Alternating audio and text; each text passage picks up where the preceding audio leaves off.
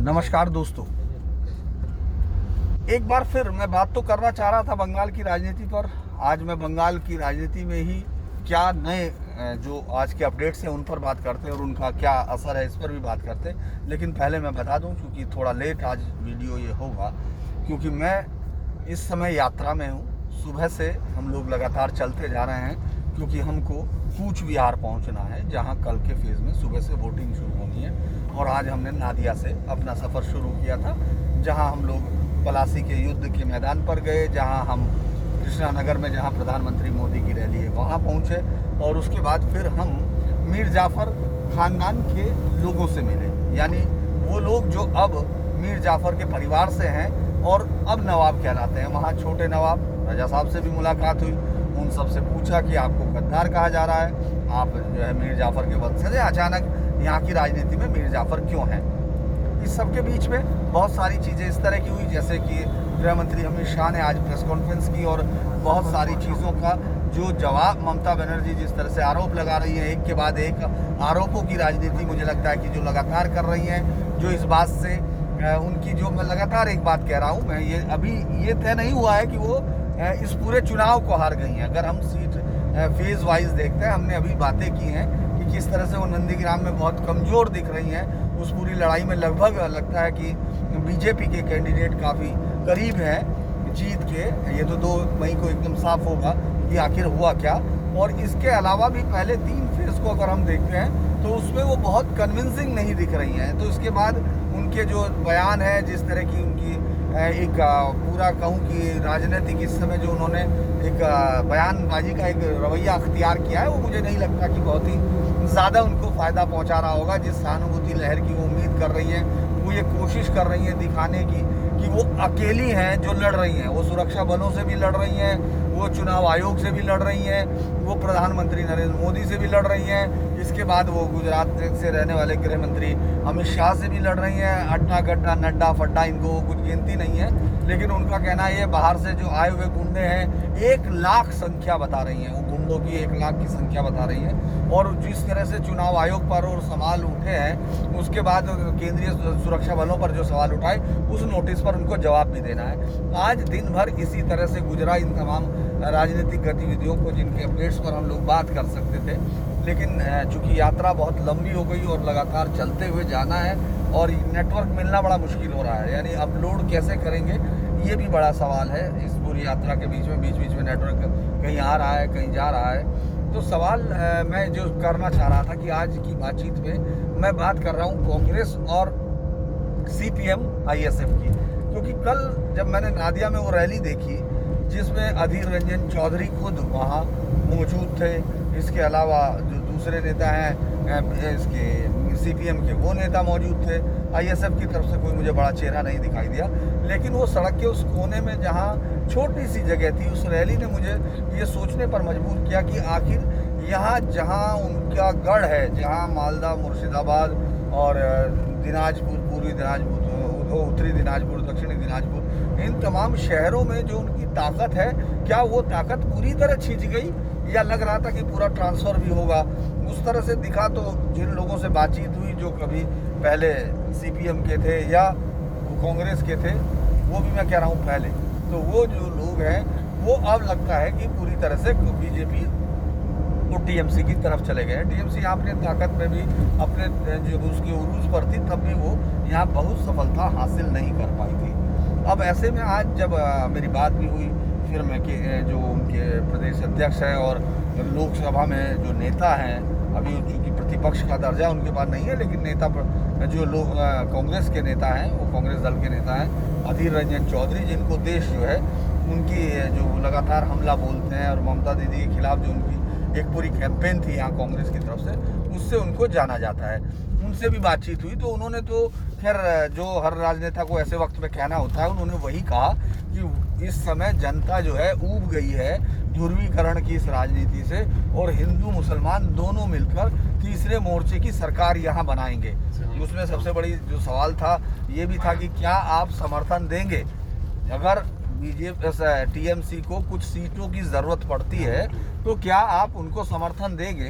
तो उस पर उनका जो जवाब था वो बड़ा दिलचस्प था, क्योंकि उनका एक खबर के मुताबिक उनको जो है यहाँ से जाना, वो उन्होंने इस बात की तायद की थी कि हम लोग बीजेपी को रोकने के लिए समर्थन दे सकते हैं। लेकिन आज जब उनसे सीधा सवाल किया गया तो उन्होंने कहा कि मैं काल्पनिक सवालों के जवाब नहीं देता। यानी अगर हम इस पूरे फेज में आईएसएफ की सीपीएम की राजनीति की बात करते हैं या जो कांग्रेस की राजनीति की बात करते हैं, आईएसएफ में तो जो है वो खुद सिर्फ वही फुरफुरा शरीफ के नायक, वही एकमात्र पीरजादा जो है अब्बास सिद्दीकी, वही उसका जैसा ऐसा होता भी है। जो धार्मिक आधार पर बनी हुई पार्टियां होती हैं जातीय आधार पर, तो उनका एक ही व्यक्ति सब कुछ होता है, उसको वही थिंक टैंक होता है, वही स्ट्रेटजिस्ट होता है, वही स्टार कैंपेनर होता है और वही उसका सर्वे सर्वा होता है। तो वो उसमें आईएसएफ में है। लेकिन कांग्रेस में एक पूरा इतनी बड़ी पार्टी जिसके पास इतने लोग, इतने बड़े नेता और इतने राज्यों में राज्य करने का अनुभव, देश की अभी तक की आज़ादी के 77 सालों में से 75 सालों में सबसे ज़्यादा समय उनके पास सत्ता रही, ऐसे में वो बंगाल में, और बंगाल में भी शुरुआती के 20 साल वही लोग सत्ता में थे। यानी 47 से जबकि प्रोविंशियल गवर्नमेंट थी, उसके बाद जब 52 से बनी, वो लोग 67 तक रहे। यानी जब तक संविधान सरकारें नहीं बन पाई तब तक वो बंगाल की किस्मत का फैसला वही करते रहे। और 72 से 77 का वो दौर लोगों को याद होगा, जिस दौरान इस तरह से हिंसा हुई कि ये बहुत मुश्किल हो गया था ये पहचानना कि इस राज्य में कोई मार्शल लॉ है या क्या है, जहाँ इंसानी जो हुकूक है, आज़ादी की बात है, स्वतंत्रता चेतना की बात है, वो सब यहाँ से गायब हो गई थी। क्या बातचीत उसको देखकर लगा कि जैसे अभी तक भी वो इस बात का सवाल का जवाब देने की स्थिति में नहीं थे, ना ही उन्होंने बताने की कोशिश की कि आखिर राहुल गांधी या प्रियंका गांधी इस राज्य में क्यों नहीं आए, उनका प्लान क्या है, किस तरह से उनके स्टार जो कैंपेनर है, क्या वो उनको स्टार कैंपेनर मानते हैं या नहीं। आपने देखा होगा जब बीजेपी के कांग्रेस के स्टार कैंपेनर्स की लिस्ट जारी हुई थी तो उसमें सोनिया गांधी भी थी, उसमें प्रियंका गांधी भी थी, उसमें राहुल गांधी भी थे।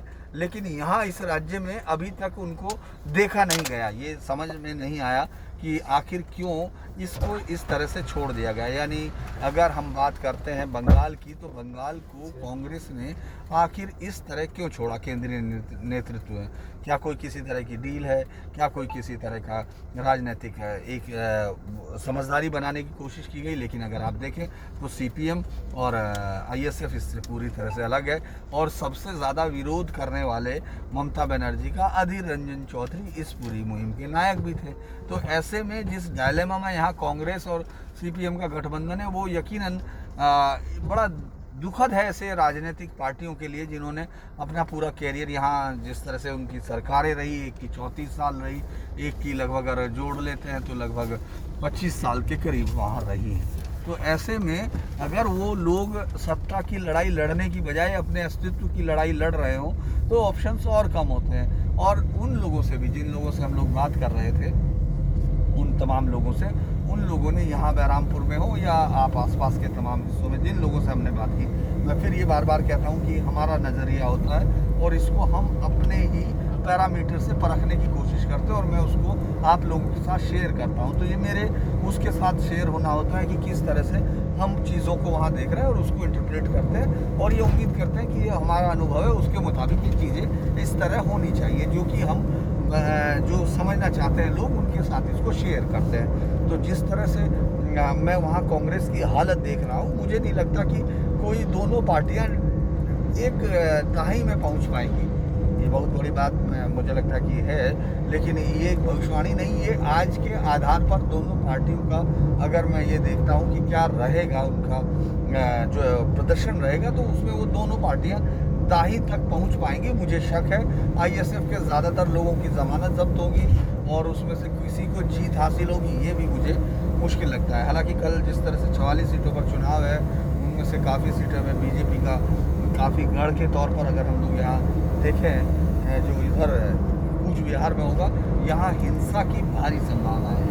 अगर आप देखें कल के बूथ बहुत सेंसिटिव है, यहाँ कूच बिहार में हिंसा रुक नहीं रही है। आज जब गृह मंत्री अमित शाह ने प्रेस कॉन्फ्रेंस की तो उसमें इस हिंसा का सवाल भी उठाया और ये कहा कि किस तरह से ये हिंसा जो है इसलिए की जा रही है क्योंकि बीजेपी के वोटर बाहर निकलकर वोट करना चाहते हैं। इस बात में मैं थोड़ा सा कहूँगा कि हम लोग किसी पार्टी का पक्ष नहीं लेते हुए भी अगर हम स्थिति को देखें तो ये आरोप ज़्यादा सही इसलिए लगते हैं क्योंकि ज़्यादातर हमलों में नाम सिर्फ टीएमसी के कार्यकर्ताओं का आ रहा है। आखिर ममता बनर्जी सुरक्षा बलों का, केंद्रीय सुरक्षा बलों का इतना विरोध क्यों कर रही हैं? क्योंकि हम लगातार चुनाव कवर कर रहे हैं अभी तक के तीनों फेज, और मैंने आप लोगों के साथ बातचीत भी की है। जब से बातचीत शुरू की हम लोगों ने, शायद 10 दिन से शायद मैं आप लोगों के साथ इस तरह से लगातार बातचीत कर रहा हूँ। तो हमने उस बातचीत में ये देखा लगातार कि किस तरह से सुरक्षा बल इस पूरे मसले में सिर्फ लोगों को बाहर, जो बूथ के बाहर खड़े होते हैं, उनको किसी से बात भी करते हुए नहीं देखा। वो किसी आदमी से वहाँ बात भी नहीं करते हैं, कोशिश करते हैं कि वहाँ भीड़ इकट्ठी ना हो और इस तरह का जमावड़ा ना हो जो बाद में विवाद का कारण बन जाए। उनको कभी मैंने अभी तक तो नहीं देखा कि वो किसी से बात कर रहे हो या किसी को समझा रहे हो कि किसको वोट देना किसको नहीं। ये मेरी जो मैंने देखा वो है, लेकिन जो ममता बनर्जी की आंखें देख रही होंगी वो भी हो सकता है कि उनके पास कुछ हो कारण, लेकिन वो कारण अभी तो दिखे नहीं है। और अभी तक जितने उन्होंने बातें की हैं उन बातों में से ज़्यादातर बातें मुझे ये कहते हुए बड़ा हिचक हो रही है कि क्या कोई मुख्यमंत्री को इतनी ज़्यादा बातें इस तरह से बोलनी चाहिए कि जिनका कोई सबूत ना दिख रहा हो, या जो बातें झूठ दिखने में लग रही हो। जिस तरह से उनके पैर के प्लास्टर ने उनको रोक दिया, लेकिन वो जब चढ़ा तो उसके लिए किस तरह से उन्होंने शब्दों का इस्तेमाल किया था, किस दुष्कृति का, और जिसके लिए आप ये सोचिए उनके कार्यकर्ताओं ने सड़कें जाम कर दी थी, उनके नेताओं ने दूसरी पार्टियों पर हमला बोल दिया था, और बाद में उन्होंने वहीं जाकर नंदीग्राम में उसी जगह जाकर कहा कि उनसे वो उस समय समझ नहीं पाई थी, ये हुआ था। और इसीलिए मुझे लगता है कि किसी राज्य के मुख्यमंत्री को ऐसे शब्दों को चूज करते हुए काफ़ी सावधान रहना होता है, क्योंकि उनको ये जवाब देना होता है। जैसे अब उनको इस केंद्रीय जो बलों पर आरोप लगाए गए, जिस तरह के आरोप हैं, उनको अगर वो सब्सिडिएट नहीं करती हैं तो अब क्या होगा? तब चुनाव आयोग उनके खिलाफ क्या एक्शन ले सकता है? हालांकि तब उनके पास पहले से ही पक्ष होगा। ये इस तरह की बातें लगातार होती हैं कि हम पहले से ही कह रहे थे। अगर आपके खिलाफ कोई, इसका दो तरीका होता है कि अगर आप कह रहे हैं हम पहले से कह रहे हैं, आप लगातार कह रहे हैं कि वो लोग किसी का पक्ष ले रहे हैं, वो लोग किसी के कहने पर चल रहे हैं, वो किसी के कहने पर चल रहे हैं, और मान लीजिए आपने जो गलत किया उस पर वो कुछ कह दें, तो फिर आपके पास अपना आधार हो गया कि हम तो पहले से कह रहे थे। कुछ इस तरह की आक्रामक राजनीति करने की कोशिश में दिख रही है ममता दीदी। अब वो कितना सहानुभूति, जैसे एक सवाल लगातार उठ रहा है, कई लोग इस सवाल को बार बार पूछते हैं कि क्या ममता बनर्जी को सहानुभूति मिल सकती है या सहानुभूति का लाभ मिलेगा? मुझे लगता नहीं है कि ममता बनर्जी अब कुछ भी करेंगी, क्योंकि जिस तरह की राजनीतिक वैमनस्यता, जिस तरह की कटुता दोनों दलों के कार्यकर्ताओं के बीच में है, मतदाताओं के बीच में है, और जिसको जितनी ऊंचाइयों तक ले गए, खासतौर से इसमें दोनों दलों के बीच में भी अगर आप देखेंगे टीएमसी की तरफ से जिस तरह की राजनीतिक हिंसा का इस्तेमाल किया गया, प्रयोग किया गया, और लंबे समय से इस राज्य में उस हिंसा के सहारे राजनीति की गई और जीत की बुनियाद लिखी गई। उसमें किसी को सहानुभूति इसलिए होगी कि उनको चोट लग गई, या वो महिलाओं की बात कर रही है, या उनके खिलाफ सेंटर खड़ा है। ये बात मुझे लगता है कि कुछ ज़्यादा उम्मीद करने वाली बात होगी, क्योंकि यहाँ 2019 के उस जो एकदम जो नतीजे आए थे लोग बीजेपी के हाथ में, उसके बाद से ही और ज़्यादा हिंसा हुई थी, और ज़्यादा हत्याएं हुई, और ज़्यादा मुकदमे दर्ज हुए, और ज़्यादा उन पर प्रेशर्स बढ़े। तो मुझे लगता नहीं है कि उस बात का कोई बहुत फ़ायदा उनको किसी भी कदम से होगा, और कोई राज्य की जनता, यानी जो वोटर्स उनके खिलाफ 2019 में था, वो अब उनके पक्ष में हो जाएगा।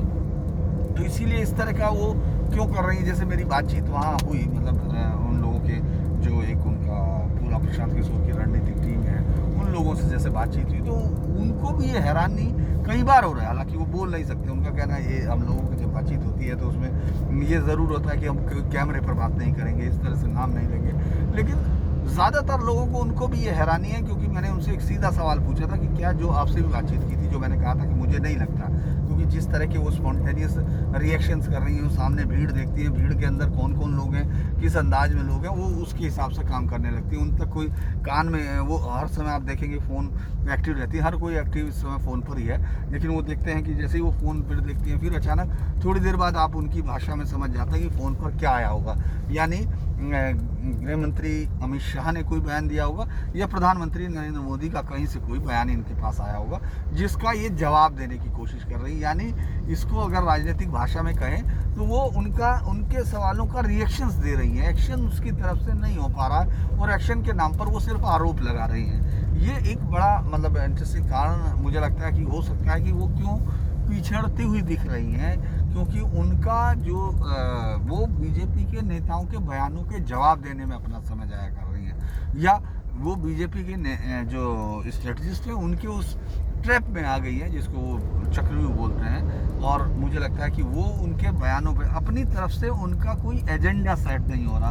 वो जिन एजेंडे को सेट करना चाहती हैं वो उनके अगेंस्ट जा रहा है। अगर आप देखेंगे कि उनको इस पर भी जवाब देना है कि मुसलमानों को जो इकट्ठा होने की बात कही, वोट की इकट्ठा होने की बात कही, तो वो भी मुझे लगता है कि उनको उसका जवाब देना है। इसके बाद उनको जो आरोप उन्होंने लगाए उनको साबित करने देना है, नहीं तो उसका जवाब देना है। और इसके जवाब में लगातार बहुत सारी चिट्ठियां देने वाले और लगातार शिकायतें दर्ज कराने के बदले में टीएमसी का कहना है कि उनकी सिर्फ 3 शिकायतों पर सुनवाई हुई, इसीलिए वो चुनाव आयोग पर सवाल खड़ा करते हैं। यानी आप अगर कोई आदमी इस तरह की चिट्ठियां किसी को लिखे तो हर चिट्ठी पर हालांकि उनको जवाब देना, लेकिन उसमें कोई तथ्य होना चाहिए, उसमें कोई सबूत हो जिसके जवाब की वो उम्मीद कर रहे हों। लेकिन ऐसा तो कुछ दिखाई नहीं दे रहा है कि वो इस तरह की चीज़ें देने जा रहे हों और जिसके बाद आयोग ने उनकी बात न मानी हो।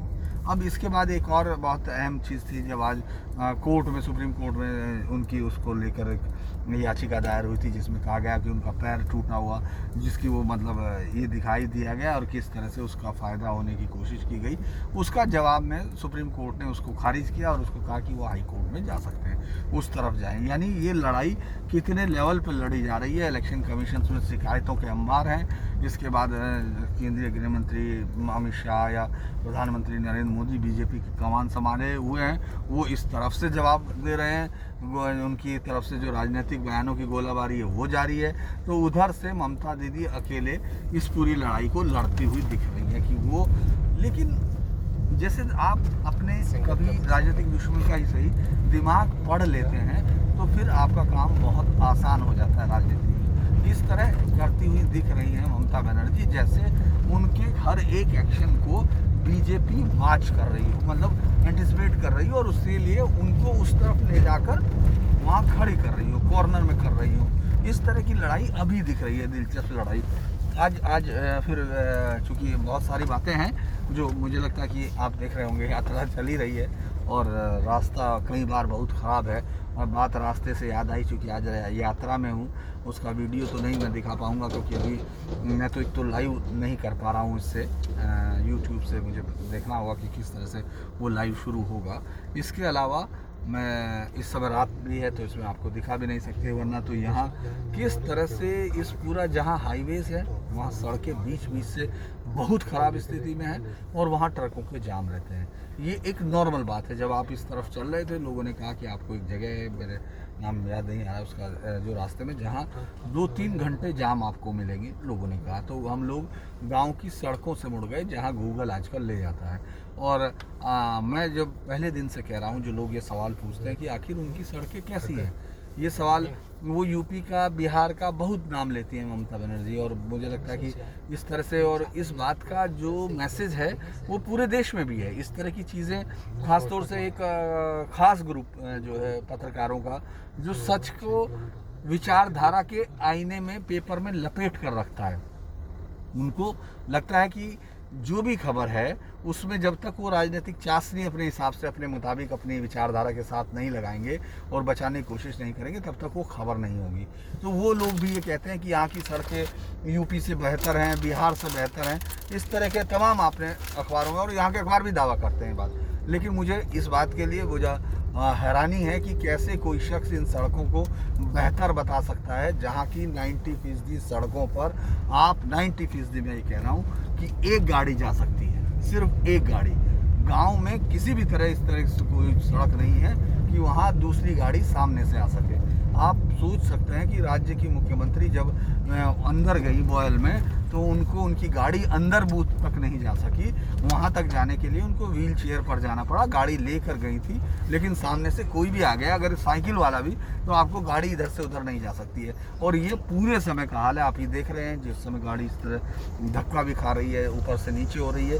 ये सब ये सड़कें हैं और इस पर बहुत सारी चीज़ें मैं अगर आपको दिखा पाता। ये सड़क कहाँ है और गड्ढे कहाँ हैं। ये जलपाईगुड़ी हम लोग जा रहे हैं अभी, चूँकि कूच बिहार रात के 2-3 बज जाएंगे मुझे पहुँचने में, इसीलिए आज रास्ते में मैं रुका भी नहीं हूँ अभी तक। और हम लोगों ने कहीं मैं अगर कहीं रुकता खाना खाने के लिए या उसके लिए तो शायद ये वीडियो मैं वहाँ से भी बनाता, लेकिन मुझे लगा कि आप सब लोगों का इतना स्नेह है, उसमें सारी टिप्पणियाँ हैं, आप लोग जब उसको करते हैं मैं तमाम उनको पढ़ता हूँ और कोशिश करता हूँ उनका जवाब भी दूँ, जिसमें किस तरह के सवाल पूछे जाते हैं। मैं अभी सीटों की संख्या नहीं बता रहा हूँ, लोग लगातार कह रहे हैं, मैं आपको यकीनन बताऊंगा, क्योंकि मैं ये यकीन करता हूँ कि पत्रकार को अपनी चीज़ों को बताने का आधार होना चाहिए और उसको वो डट कर बताना चाहिए, क्योंकि अगर गलती होगी हमसे गलती होती है तो हम उसको सुधारते हैं। और ये एक हर चुनाव हर एक पत्रकार के लिए एक एग्ज़ाम की तरह होता है।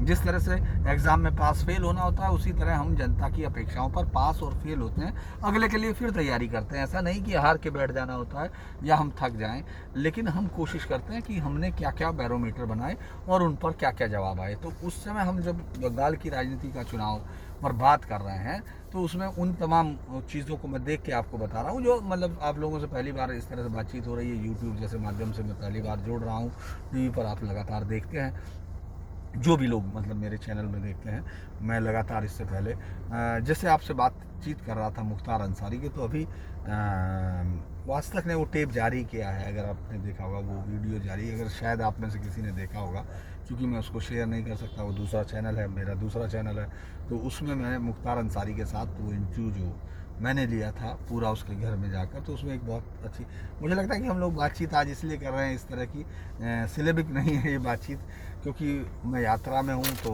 मैं चाहता था आप लोगों से बात करूँ। तो आज कई टुकड़ों की बातें हुई हैं, जैसे मैंने मीर जाफ़र के परिवार से शुरू किया था। मीर जाफ़र के परिवार के वाले नवाबों के आज मैं मिला, छोटे नवाब मिले रजा साहब। तो जब सबसे पहले हम लोग हज़ारद्वारे पहुँचे, जो बंगाल के लोग हैं वो जानते हैं मुर्शिदाबाद पहले किस तरह का शहर था, उसकी खूबसूरती क्या थी। आज भी हज़ारद्वारे आपको जो कैपिटल हिल का हिस्सा है, बाहर से आप देखते हैं राष्ट्रपति वहाँ का आवास, वो जो वहाँ का अमेरिका का है, उसकी कोई आकृति बाहर से आपको दिखाई दी, इतना खूबसूरत है वो। एक म्यूज़ियम है उसके अंदर, जब आप घुसते हैं उस गेट के, तो उस गेट पर बड़ा अच्छा, मैं उसी का वर्णन आज कर सकता हूँ कि किस तरह से यात्रा है, तो यात्रा में बहुत सारी चीज़ें आपको बताई जाती हैं। तो जैसे मुर्शिदाबाद के उस शहर, मुर्शिदाबाद पहले कोलकाता की राजधानी होती थी और यहीं नवाब सिराजुद्दौला रहा करता था, उससे पहले उसके पिता यहाँ थे और वो उन नवाबों की गद्दी यही गद्दी थी। इसीलिए इस शहर का विकास जिस तरह हुआ था, वो अब आपको वहाँ पुराने टूटा हुआ घंटे जैसे ही आप घुसते हैं जिससे वो पूरा शहर में बताया करते थे, घंटे बजाया करते थे। आज वो जो महल हैं, जो उनकी स्टेट्स लिखी हुई है, वो सब सरकार के पास है और उसको लेकर मुकदमा चल रहा है। वो लोग एक छोटे से बाहर के मकान में रहते हैं, एक होटल भी चलाते हैं। तो उनसे जब बातचीत हुई तो मीर जाफ़र को लेकर मेरी बातचीत हुई थी सुबह।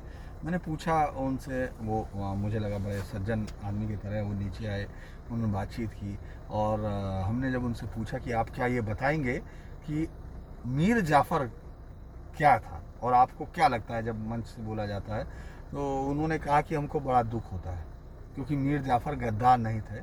उस समय की परिस्थितियाँ ऐसी थी, इतिहास ये था कि उनको किस तरह से मुख्य सेना नायक से हटाया गया था और उन्होंने तय किया कि उनको कहाँ जाके लड़ना है। उन्होंने अपनी बात रखी और वो नहीं मानी गई, उनको हटा दिया गया और बाद में कहा गया कि ये लड़े नहीं हैं, और चूंकि वो मैदान में उनको ज़बरदस्ती बुला लिया गया था, इसलिए वो और भी कई सारी बातें बताई। और बहुत सारे लोगों ने, चूँकि वो परिवार अब मीर जाफ़र का परिवार ही वहाँ रहता है, यानी नवाबी परंपरा में मीर जाफ़र के परिवार वाले ही अभी हैं। जो पाकिस्तान के प्रेसिडेंट इस्कंदर मिर्ज़ा है, वो भी उसी परिवार से, उन्होंने बताया कि वो भी उन्हीं के परिवार से हैं।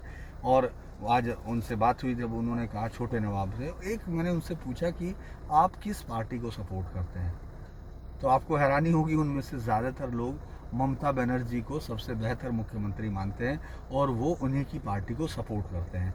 उनमें से कुछ लोग जो है, उनके एक चाचा जो उनसे पहले नवाब साहब थे, वो जनता पार्टी से 1977 में सांसद रहे, वो कांग्रेस से रहे और अभी भी उनके परिवार का एक हिस्सा कांग्रेस के साथ है।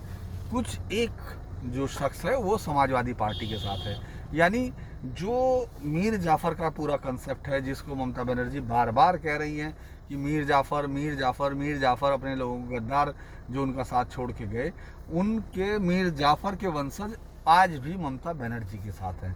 यानी मीर जाफ़र इस जंग में किस तरफ है, मीर जाफ़र का परिवार किस तरफ है, इस राजनीतिक जंग में, इसको बार बार कहूँगा, वो आज ममता बनर्जी के साथ हैं। अब ऐसे में उनको दुख होता है जब राज्य की मुख्यमंत्री उनके बुजुर्ग उनके पूर्वज को इस तरह से बोलती हैं। इस पर वो एक चिट्ठी भी लिख रहे हैं जो उन्होंने मुख्यमंत्री को लिखी और वो जल्दी ही उन तक पहुंचाई जाएगी कि किस तरह से आप इतिहास का गलत पाठ कर रही हैं। इस बात को लेकर खैर वो मिले, उन्होंने से कहीं की किताबें भी उनके पास थी और वो लोग ये दिखाने की कोशिश भी उन्होंने की कि किस तरह से मीर जाफ़र ने इस पूरे इलाके के लिए इतना काम किया कि आज भी उनकी बारादरी हज़ारद्वारी यानी 1000 दरवाज़ों के महल उसको कहा जाता था, उसमें दरवाजे 300 के करीब हैं। जो मुख्य मेन मतलब जो दरवाजे हैं, बाकी सब उस तरह की आकृति बनाई गई। एक अंग्रेज़ उससे ये बनवाया गया था महल। लगभग बहुत सालों तक फिर ये बाद में भी राजधानी रहा और उसके बाद वो कोलकाता चली गई थी राजधानी। तो आज जब उन लोगों से मैं मिल के बाहर निकला तो उनके घर के बाहर ही जो मीर जाफ़र का दरवाज़ा है घर का, जब आप उसके अंदर घुसते हैं और जहाँ लिखा हुआ है ASI का बोर्ड लगा हुआ है कि ये संरक्षित जगह है, उसके एकदम ठीक सामने ही एक मूर्ति आपका ध्यान खींचती है। बड़ी सुंदर मूर्ति, बड़ी मूर्ति, और वो महाराणा प्रताप की है। यानी मैं कई बार सोचता हूँ कि इतिहास कई बार आपको ऐसी जगह लाकर खड़ा करता है वर्तमान के साथ जब वो मिलता है कि आप चौंक जाते हैं। यानी स्वतंत्रता के लिए लड़ने वाले भारतीय प्रतीक पुरुषों में महाराणा प्रताप को अग्रणी माना जाता है। यानी आपको पूरे देश में घूमने के बाद मैं ये भी कहूँगा कि सबसे ज़्यादा मूर्तियाँ अगर मुझे कहीं मिली हैं पूरे देश के कोनों में, तो जिनमें आप ये सोच सकते हैं कि उनमें से किन का नाम पहला होगा, तो वो सबसे ज़्यादा मुझे लगता है कि महाराणा प्रताप हैं और महात्मा गांधी हैं। और तीसरे शख्स के तौर पर मुझे सुभाष चंद्र बोस, जो देश के हर एक शहर में अलग अलग हिस्सों में मिलती रही। ये भी एक अलग रोचक बातचीत होगी, इस पर भी मैं आपको बताऊंगा। आज एक और बात, कांग्रेस के दफ्तर पर जो बात मुझे चुभ गई, मुझे लगा कि ऐसा नहीं होना चाहिए था। जो मुख्य दफ्तर है यहाँ बहरामपुर में, जहाँ प्रदेश अध्यक्ष जो हैं और जहाँ यहाँ से 4 बार सांसद भी हैं, 6 बार, और उसके बाद विधायक भी रहे हैं, और इस समय पूरे देश में बीजेपी के खिलाफ पूरी ताकत के साथ लड़ते हुए दिखते हैं। उनके दफ्तर के बाहर 3 मूर्तियां थी, जिसमें बीच में सुभाष चंद्र बोस हैं। मतलब ये भी एक अलग है, गांधी उनके बराबर में, वो छोटी मूर्ति है क्योंकि आखिरकार उन्होंने गांधी को हराया था, शायद इस बात को वो मूर्तियां बता रही हूँ। और इस तरफ इंदिरा गांधी है। बार में खाली छूटा हुआ एक वो बनाया हुआ है जिस पर मूर्तियाँ रखी गई हैं, वो स्पेस है, और बाकी कोई नहीं है। और उन पर आज भी धूल थी, उन मूर्तियों पर जिस तरह से धूल लगी हुई थी, जबकि वो दफ्तर तो रोज़ खुल रहा है कम से कम, चूँकि वो ताकतवर MP भी है, यहाँ से जीते भी, और बहरामपुर में उनको एक नवाब की ही हैसियत है। अगर हम कहें राजनीतिक नवाब इस समय अगर कोई है तो वो वहाँ बहरामपुर में अधीर जी है, अधीर है। और अधीर पूरे अपने इस समय जो बंगाल की राजनीति में अपने तीसरे मोर्चे को सबसे ताकतवर वो मानते हैं, और उनको ये भी मानना है कि वो सत्ता में भी आएगा। खैर ये बात हम लोग किसी को मना नहीं कर सकते, हर एक आदमी के पास अपने सपने देखने का हक है। तो ये उनका सपना है कि यहाँ सरकार आएगी।